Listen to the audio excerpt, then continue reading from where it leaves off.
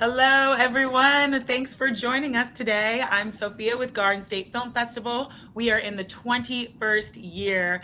There are over 230 films from 23 countries, and one of the films you'll get to see is this amazing short film called Lunachicks. Here to talk to us about it is the writer, director, and producer Jess Joy, and the DP and colorist on the film, Gregory Bennett. Thank you both so much for joining me. Congratulations on making the film and getting accepted. Thank Thank you you. for having us. Of course. I'm so excited to talk to you guys today because this film is so cool and unique, and I'm just excited to hear the inspiration and how you guys made it. So, before we get started, Jess, can you tell everyone watching a little bit about Lunachicks? Lunachicks is a short, dark comedy about a serial killer's daughter who wants to join a punk band and make a friend, but her imaginary father has other ideas. Love that. Love that short little pitch.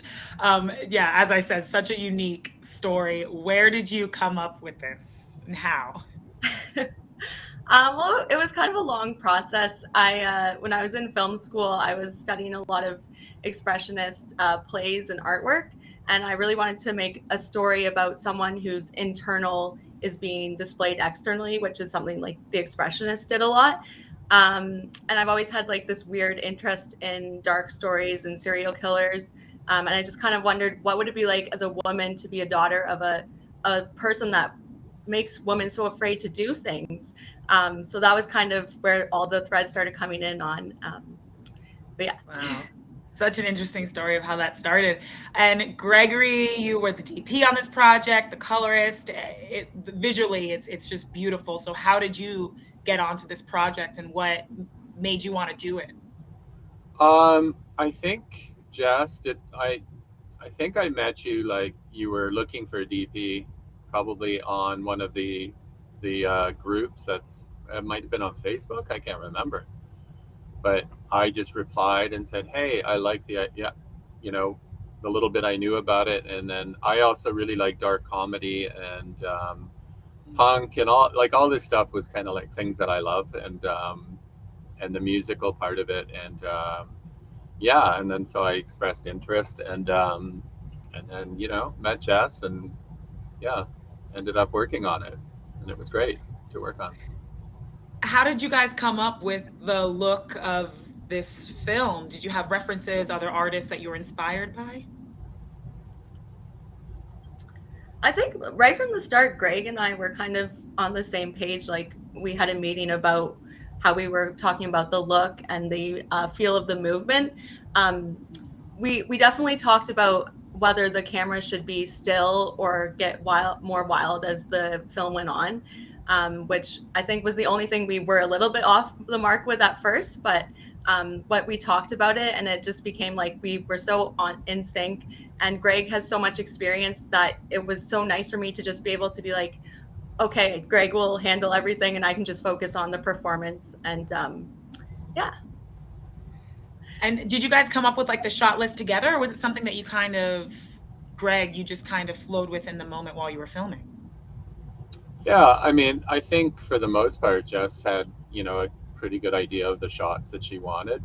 And then, of course, we shared that and, you know, um, modified it from there. But I think also just being open to things happening when you're filming too, even if you have a shot list, Mm, you can say, hey, wouldn't it be cool if, because you notice things, right, when you're in the midst of filming and maybe we right. should try it this way and yeah, but yeah, it's always good to have a good solid shot list when you know to go from. Absolutely. Yeah.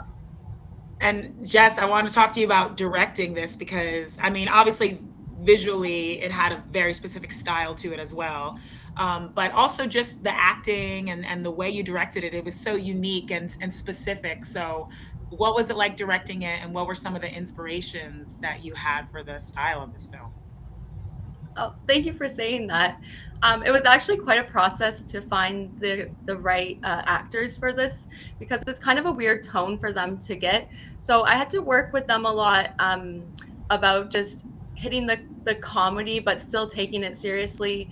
And I was really lucky. I had great actors who just totally understood what they needed to do, and they had their own processes that helped them work through that. So It was kind of just about casting correctly, and then working as a team with the whole crew to understand like what movement we were going to do, and rehearse the blocking and make sure everyone was on the same page about what was happening.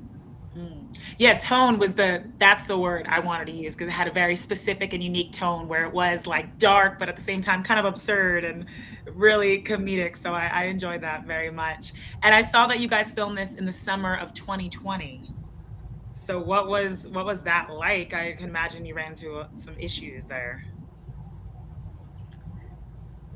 I mean, it makes the producing process so much more difficult because on top of everything you're planning about the movie, you have to plan how are you going to keep people safe and Mhm. breathing on set with masks. And we were shooting in a lot of small spaces, so how are we going to make sure people didn't come out with COVID? Um, Mhm. but it actually benefited our production in a lot of ways because many people weren't working on big union shows at that time. So I was able to get a pretty experienced crew because they just weren't working at that point. Mm. But Yeah. How long did it take for you guys to film Lunachicks? 3 days. 3 days, yeah, Okay. 3 days. Wow. Okay. So, do we have any challenges or favorite moments on set? What was the biggest challenge, and what was like the biggest relief or the best moment for you guys? Oh, from my perspective, I guess it was when we were on day one, you know, and you always go in with great ambition, and then you have everything planned. And we had a light that we were setting up outside the window in the opening scenes, and then the ballast for the light just died. It burnt out, and we had to kind of scramble to have somebody come and deliver another one so that we could get up and running. So you know, when Mm-hmm. you're on a short film, usually the first day of any film is slow. It doesn't matter if it's 1 day shoot or 20 day shoot. Everybody's just getting up to speed with each other and all that. And then, you know, for Right. that to happen on day one, on a 3 day shoot, that kind of threw things for that was from my perspective. That threw things for a loop, but we recovered, you know, and we're able to catch up. I think, but Pull it off. yeah, Problem solved on the spot. yeah, Absolutely. exactly. Jess, I mean, you wore a lot of different hats. So, what was the most challenging for you and the best part of this process? I was just so excited to make a movie that it was just like this excitement through the whole process. But it was definitely challenging being the producer and director because I remember the first day on set, all of a sudden I had like 25 people that were all looking to me. I was like, I don't think I can handle being responsible for this many people.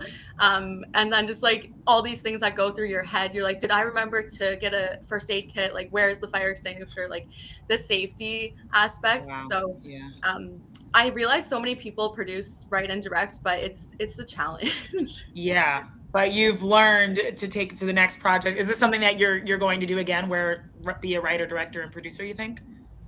I think you have to. People don't really like producing short films because there's no money in it.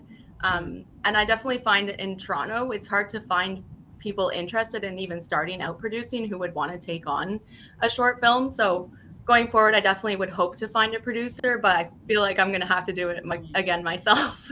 Right. And it's interesting you speak about money because obviously indie filmmaking, I mean, yeah, most of the time we're not making a lot of money back, but this was completely self-funded, which hmm is that's such a awesome accomplishment. How did you tackle that? Was it scary? I mean, like how did this happen? Oh, well, I applied for some grants and I was pretty sure I wasn't going to get it just based on the subject matter of the film. And I didn't get the grants and I had the project and I knew I had to make another film. You always have that as a filmmaker, like, I have to make a movie. And Right. I really had faith in this script because I workshopped it like crazy. So I just was like, you know what, I'm going to take money from my loan. I'm going to ask friends and family to contribute stuff and uh, try and get my crew, like still pay the crew but get them at a reduced rate. And you hustle and try and find where you can cut corners and where you shouldn't cut corners. Yeah. Oh, I'm inspired. That's amazing and a super big challenge, but you guys did that. Gregory, I would love to know how you got started in cinematography and and you also colored this film. Like how did you get started in all this? Well, my background before I went to film school, years ago. But before that, I was doing photography, and then when I was in film school, I really concentrated on shooting other students' films. And then since then, I've shot quite a few projects, shorts and commercials, and three feature films. One was in the big Toronto Film Festival last year, International Film Festival, which was cool. Directed That's by awesome. three really well-known Canadian directors. So, yeah, but always looking for interesting projects to work on, and especially ones that allow you to exercise your visual storytelling. And Mm. I think I found that with Jess on this project. That's so cool. Congratulations on that. Yeah, thank you. Those accomplishments. And speaking of photography, Jess, I saw in your bio when you're not filming, you're like taking pictures of bands, which is so awesome. And I could see obviously this, I feel like music is very inspired in this film. You have that awesome song, Black Magic Gold, at the end. I wrote it down because that's going to be on my playlist. Can you talk to me about just your influence with music and, the music in this film? So definitely music was an influence because I was quite a shy young person. And when I was 18, I was like, I want to go see concerts, but none of my friends want to go see these same bands. So I just started going to concerts by myself. And it was so empowering as a young woman to be able to be alone in this kind of dirty, intense space because I go to see a lot of rock shows. So I kind of wanted to feed that into my film about how music can help you come out of your shell and make you into a more outgoing person. And by going to a lot of shows, I ended up meeting the band who wrote Black Magic Gold, and I kind of became sort of friends with them. And as soon as I heard that song, I knew I wanted it at the end of Lunachicks, and they were nice enough to give it to me. So I'm really glad you like it, and I hope more people will discover this band through the film. Oh, yes, absolutely. Can we shout out that band? Like, are they on Spotify? How can we find them? Yeah, they're called Harmonies, and they're on all the streaming services. They're on TikTok, they're on Instagram. So definitely go give them a follow. Awesome. You got a new fan, and I'm sure people who are watching definitely check them out. So I definitely wanted to ask you about the film. You're making this short film, and you're hoping to make into a feature film. Is that correct? Mm-hmm. Okay, Yes. so what Yeah. what what came first? Was it your idea for a feature film, and then you thought to make a short film first, or like how did that happen? No, it was supposed to just be a short film. And then after I wrote the short, a lot of people were telling me it really needs to be a feature, like all the ideas and stuff I had. And I wanted to write my first feature. So it was a good just starting jumping off point. And it's interesting because one of the criticisms I got on Lunachicks was that it feels like a primer for a feature. So it doesn't feel like it necessarily has a good enough ending. So that was an interesting critique, which I appreciate. Oh, so there's way more to the story to tell. And so you're planning to tell that? Is that being written at all? Yeah, I have a pretty solid draft of the feature done. I'm just trying to polish it up and then start hopefully finding help to produce it. Oh, awesome. Are we gonna get like some of the same cast and Gregory on there again? That would be awesome. We were very So lucky to cool. have Greg on this in the first place. I So would love to. Absolutely. And I definitely two last questions. I gotta ask about Garden State. Before we do, the color in this film, I feel like it's super important. And Greg, you were the colorist on that. Yeah, Did you imagine the look that we see in this film beforehand, or was that something you guys discovered in yeah. I think from talking with Jess about it, like obviously the home life that our main character is living in is it's fairly drab. Mm, The scene in the living room with the mom, and there's not a lot of color going on. So I think that was something that we talked about, and obviously as she comes out of her shell, she's introduced to this the punk rock girl, and it's kind of like it's like I don't know, it's so everything's more exciting, more colorful, because it's more mm, intense for her. And yeah, I think that was kind of the the story movement in terms of the look of it. And yeah, mm. it was a little challenging working in the garage because the ceilings were very low too. So it was like, where do we put lights, and can we hide lights? And a lot of it is lights that are just in there that we use that are in the shot. So Mm, yeah, but I think interesting. that's pretty much it for the look. Yeah. Very cool. And how did you guys hear about Garden State Film Festival? And Jess, you're going to go, which is super cool from Canada. So how did you hear about the festival and how's it feel to screen here? Oh, I'm so excited to screen with Garden State. I actually met Heather. I think she's one of the programmers or something down. Mhm. I was in Nashville for another film festival, and I met Heather there, and she's like, "Oh, you should submit to our film festival," because she saw Lunachicks and she really liked it. So that was a really nice introduction to your festival, and I'm so glad I submitted. Oh, me too. And I'm so happy you're going to be able to make it. I'm really looking forward to meeting you in person. And for audiences to see this at Garden State Film Festival, shout out to Heather because she's always finding such awesome gems like this one. So, let me tell everyone watching how they can see Lunachicks. It will be screening in Asbury Hall Saturday, March 25th in the film block 6 to 8 p.m. So, definitely check it out. Maybe meet Jess Joy. Gregory, are you planning to go at all? Unfortunately, no, I can't go, but work beckons. So Right. Well, we will be honoring and big fans of your work from afar. oh, So thank you so much. Very thank nice you guys chatting. so much for taking the time to talk to me today. Congratulations again. And I'll see you at the festival, Jess. Thank Thanks you. for having us. Bye. Bye.